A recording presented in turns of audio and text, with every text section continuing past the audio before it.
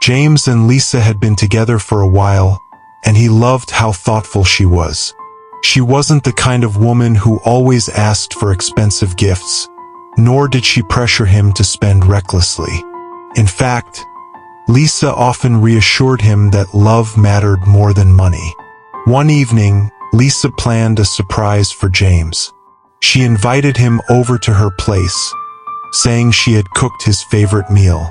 James was touched.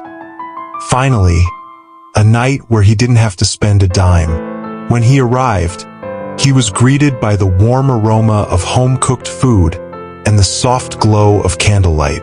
Lisa stood there in a new dress, one that hugged her figure in a way that made James' heart race. He raised an eyebrow. "You look beautiful," he said, pulling her close. She smiled. "I wanted to look nice for you." As they sat down to eat, James noticed the wine on the table. It was his favorite brand, one he usually reserved for special occasions. He glanced at her and she simply shrugged. "I saw it in the store and thought you'd love it." James appreciated the gesture, but a thought lingered in his mind. No matter how much she insisted that love was enough, there would always be a cost.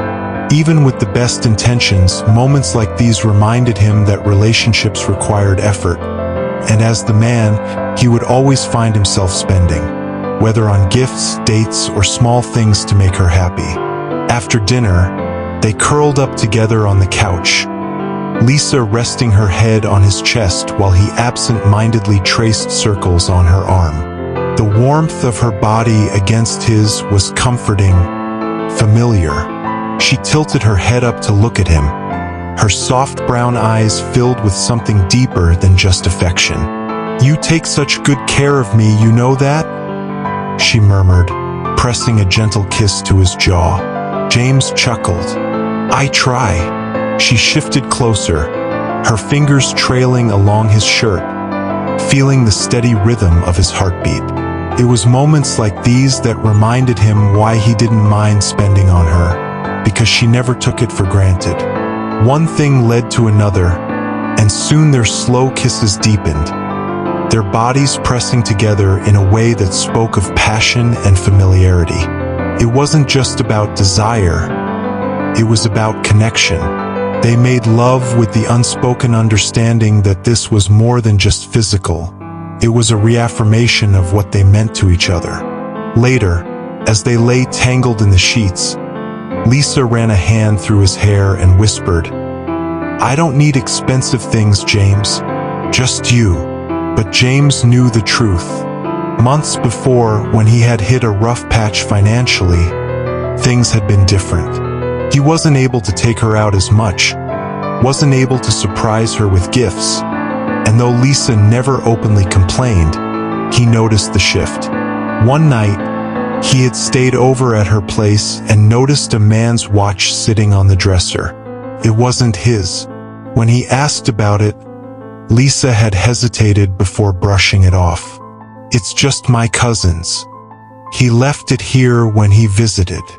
James wanted to believe her, but something in her voice told him otherwise.